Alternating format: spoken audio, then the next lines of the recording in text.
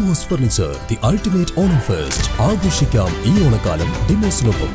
ഇനി എനിക്ക് അറിഞ്ഞൂടാ വി.ഡി. സതീശൻ സർക്കാർ കഴിഞ്ഞ പ്രാവശ്യം പിണറായി വിജയന് കിട്ടിയതുപോലെ പോലീസിന്റെ സഹായം കൊടുക്കാൻ തയ്യാറാവുമെന്ന് എനിക്ക് അറിഞ്ഞൂടാ. അങ്ങനെ തയ്യാറായാൽ ഇപ്പൊ തിരുവനന്തപുരത്തെ കേസ് അന്വേഷണത്തിന്റെ കാര്യത്തിൽ നമ്മൾ കണ്ടതാണ്.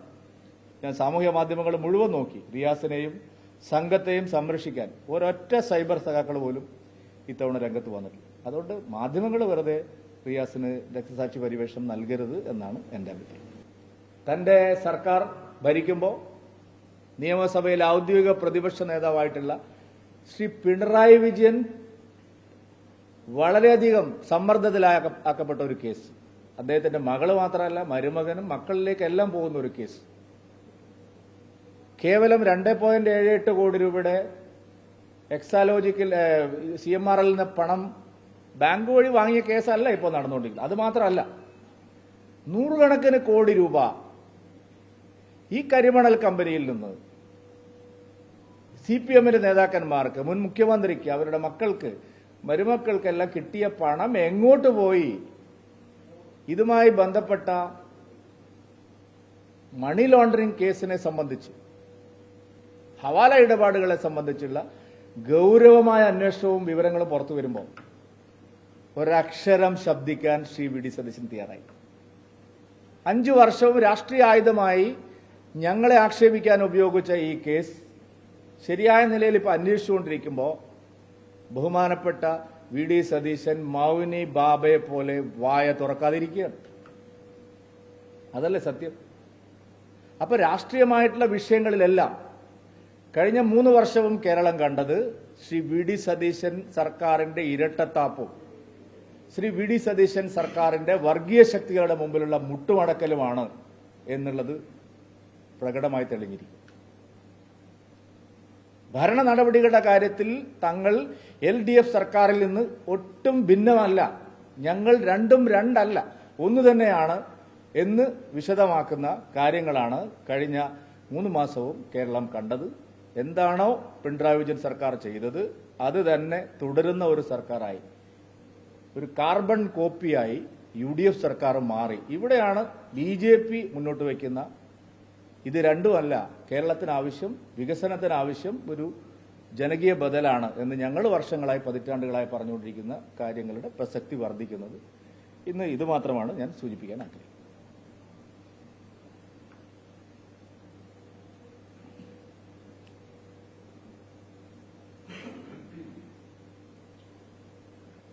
ഈ അന്വേഷണം കൂടുതൽ റിയാസിലേക്ക് കേന്ദ്രീകരിക്കപ്പെടുന്നത് ഈ കമ്പനികളെ കുറിച്ചുള്ള വിശദാംശങ്ങൾ അദ്ദേഹം നേരത്തെ പറഞ്ഞിട്ടുണ്ട്. തെരഞ്ഞെടുപ്പ് സത്യവാങ്മൂലത്തിൽ കേന്ദ്രീകരിക്കാൻ പറഞ്ഞിട്ടുള്ള കാര്യമാണ്. അങ്ങനെയാവുമ്പോൾ ചിലപ്പോൾ ലാഭത്തിലാവും നഷ്ടത്തിലാവും. അല്ല, ഈ ഒന്നാമത്തെ കാര്യം, പ്രതിപക്ഷ നേതാവായിട്ട് ശ്രീ പിണറായി വിജയന് അധികാരത്തിൽ തുടരാനുള്ള ഒരർഹതയുമില്ല. പ്രതിപക്ഷ നേതൃസ്ഥാനം എന്ന് പറയുന്നതും ഒരു സുപ്രധാനമായ പദവിയാണ്. നിങ്ങൾക്ക് ഓർമ്മയുണ്ടാവും, ജെയിൻ ഹവാല കേസിൽ LKA എന്നുള്ള ഒരു 3 അക്ഷരം വന്നപ്പോൾ, LKA എന്ന് പറയുന്ന ഒരു 3 അക്ഷരം വന്നപ്പോൾ BJP നേതാവായിരുന്ന ശ്രീ ലാൽകൃഷ്ണ അദ്വാനി സ്വീകരിച്ച ഒരു മാതൃകയുണ്ട്. ഇവിടെ പ്രകടമായി പിണറായി വിജയൻ, അദ്ദേഹത്തിന്റെ മകൾ, അദ്ദേഹത്തിന്റെ മരുമകൻ, ഇനി മകനിലേക്കും അടക്കം എത്താവുന്ന ഒരു കേസാണിത്. അതുകൊണ്ട് ആദ്യം തന്നെ പിണറായി വിജയൻ തന്റെ പ്രതിപക്ഷ നേതൃസ്ഥാനം ഒഴിയണമെന്നുള്ള ആവശ്യം ഞങ്ങൾ ഉന്നയിച്ചിട്ടുണ്ട്. അത് ഞാനിവിടെ ആവർത്തിക്കുകയാണ്. റിയാസിനെ സംബന്ധിച്ച് മടിയിൽ കനവിലെ പിന്നെ എന്തിനാണ് പേടിക്കുന്നത്? റിയാസ് ഇത്ര വെപ്രാളപ്പെടുന്നത് എന്തിനാണ്? എന്നെ വേട്ടയാടുന്നു എന്ന് പറഞ്ഞൊരു രക്തസാക്ഷി പരിവേഷം എന്തിനാണ് ഉണ്ടാക്കുന്നത്? ഒന്നും പേടിക്കാനില്ലെങ്കിൽ അന്വേഷണ വഴിക്ക് പോയില്ലേ? പിന്നെ CPM-നകത്ത് ഞാനിപ്പോൾ അത് ഉത്തരവാദപ്പെട്ട ഒരു പദവിയിൽ ഇരുന്നുകൊണ്ട് ഞാൻ സംസാരിക്കുന്നില്ല. അവർക്കെല്ലാം കാര്യങ്ങൾ അറിയാം. ഇപ്പൊ ആരും വരുന്നില്ലല്ലോ ബഹളം വയ്ക്കാൻ. ശ്രീമാൻ പിണറായി വിജയന്റെ തിരുവനന്തപുരത്തെ വസതിയിൽ സെർച്ച് നടന്നപ്പോൾ കാണിച്ച ആവേശം ഇപ്പോൾ റിയാസിന്റെ കാര്യത്തിൽ കാണുന്നില്ലല്ലോ. CPM-ൽ ഇതെല്ലാവരും കൺവിൻസ്ഡ് ആണ്. ഈ ബിസിനസ് ലോബികളെല്ലാം എങ്ങനെയാണ് ഉണ്ടായത്, അവർക്കെല്ലാം ഇതിൽ മുതൽ മുടക്കാനുള്ള സാഹചര്യം എങ്ങനെ കിട്ടുന്നു, ഇത് ഈ പണത്തിന്റെ ഉറവിടം എന്താണ്, ഇത് വളരെ വ്യക്തമാണ്. അതുകൊണ്ട് റിയാസിനോ അല്ലെങ്കിൽ CPM നേതാക്കൾക്കോ ഞങ്ങൾ രാഷ്ട്രീയമായി നേരിടുമെന്ന് പറഞ്ഞതിന് പകരം നിയമപരമായി നേരിടുമെന്ന് പറഞ്ഞ് വീട്ടിലിരിക്കുന്നതാണ് നല്ലത്. ഇനി ED-യെ ഭയപ്പെടുത്തി സമ്മർദ്ദത്തിലാക്കി ഈ കേസ് അന്വേഷണം അട്ടിമറിക്കാം. നേരത്തെ സർക്കാർ ഉണ്ടായിരുന്നുകൊണ്ടാണ്, പോലീസ് ഉണ്ടായിരുന്നുകൊണ്ടാണ്. ഇനി എനിക്ക് അറിഞ്ഞൂടാ, വി ഡി സതീശൻ സർക്കാർ കഴിഞ്ഞ പ്രാവശ്യം പിണറായി വിജയന് കിട്ടിയതുപോലെ പോലീസിന്റെ സഹായം കൊടുക്കാൻ തയ്യാറാവുമെന്ന് എനിക്ക് അറിഞ്ഞൂടാ. അങ്ങനെ തയ്യാറായാൽ ഇപ്പൊ തിരുവനന്തപുരത്തെ കേസ് അന്വേഷണത്തിന്റെ കാര്യത്തിൽ നമ്മൾ കണ്ടതാണ്. അതുകൊണ്ട് ഈ രാഷ്ട്രീയമായി നേരിടുമെന്ന് പറയുന്നത് ഒരു പാപ്പരത്തമാണ്. രാഷ്ട്രീയമായി ഒന്നും നേരിടാനില്ല. ഇത് പൊളിറ്റിക്കൽ കേസല്ല. ഇത് ഏതെങ്കിലും രാഷ്ട്രീയ പാർട്ടി ഇനിഷ്യേറ്റീവ് എടുത്തു മുന്നോട്ട് വന്നൊരു കേസല്ല.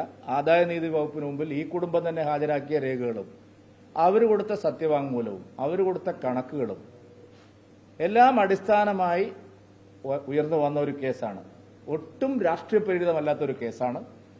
അത് ബുദ്ധിയുള്ള വിവേകമുള്ള എല്ലാ CPM നേതാക്കൾക്കും അറിയാം, അണികൾക്കും അറിയാം. ഞാൻ സാമൂഹ്യ മാധ്യമങ്ങൾ മുഴുവൻ നോക്കി. റിയാസിനെയും സംഘത്തെയും സംരക്ഷിക്കാൻ ഒരൊറ്റ സൈബർ സഖാക്കൾ പോലും ഇത്തവണ രംഗത്ത് വന്നിട്ടില്ല. അതുകൊണ്ട് മാധ്യമങ്ങൾ വെറുതെ റിയാസിന് രക്തസാക്ഷി പരിവേഷം നൽകരുത് എന്നാണ് എന്റെ അഭിപ്രായം. അതെനിക്കറിഞ്ഞ അല്ലെ ഏജൻസി, അത് ഞാൻ പറഞ്ഞ ആരും ചോദ്യം ചെയ്തിട്ടില്ല. അല്ല, അതിപ്പോ കേസ് വരുമ്പോ ചോദ്യം ചെയ്യില്ലേ? അതിപ്പോ എത്ര പേടിക്കാനെന്നിരിക്കുന്നു? അല്ല, അറിഞ്ഞൂടെ എനിക്ക്. ഞാൻ ഏജൻസിയുടെ ഭാഗമല്ല, ഞാൻ പാർട്ടിയുടെ ഒരു എളിയ പ്രവർത്തനം. ഈ പാർട്ടിക്കാരെ മാത്രമല്ല, മറ്റു ചില വ്യവസായികള്, ബിസിനസ്, ഇപ്പം ഷൈജില്, പന്തലങ്കാവിലെ വായനശി കളത്തില്, അങ്ങനെ കുറച്ച് കാര്യങ്ങളൊക്കെ ചോദിച്ചിട്ടുണ്ട്. ഇവരുമായിട്ട് നിങ്ങൾ രാഷ്ട്രീയ മേഖലയൊക്കെ പ്രവർത്തിക്കുന്നത്? അല്ല, എനിക്കെങ്ങനെ അറിയുന്നത്? ED ചോദ്യം ചെയ്യുന്നവരൊക്കെ ഞാൻ അവരുടെ ആധാരവും ജാതകവും എനിക്കെങ്ങനെ അറിയാം? എനിക്ക് ആളെ പോലും ഇത് ആരാണ്, എന്തിനാ ഞങ്ങൾ അന്വേഷിക്കുന്നത്? അവര് അന്വേഷിച്ച് നടത്തിക്കോളൂല്ലോ കാര്യങ്ങൾ.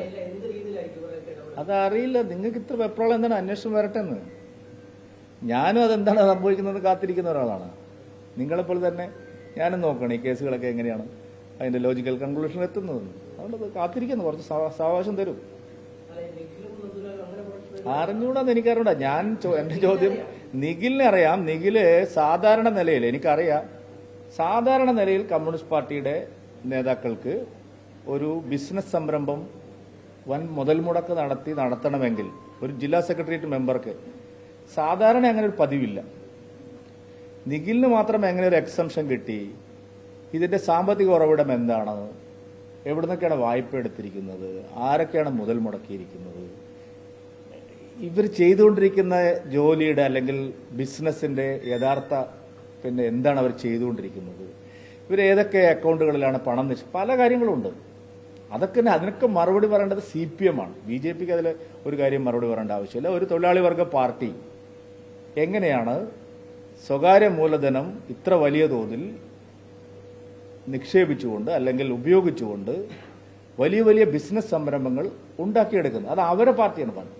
ഞങ്ങളെ പാർട്ടിയിൽ ആ പ്രശ്നമില്ല. ഞങ്ങളെ പാർട്ടിയെ സംബന്ധിച്ച് സ്വകാര്യ മൂലധനം ഉപയോഗിച്ച് ആളുകൾക്ക് ബിസിനസ് ചെയ്യുന്നതിന് കുഴപ്പമില്ല. കോൺഗ്രസിലില്ല, ജനാധിപത്യ പാർട്ടികളിലൊന്നുമില്ല.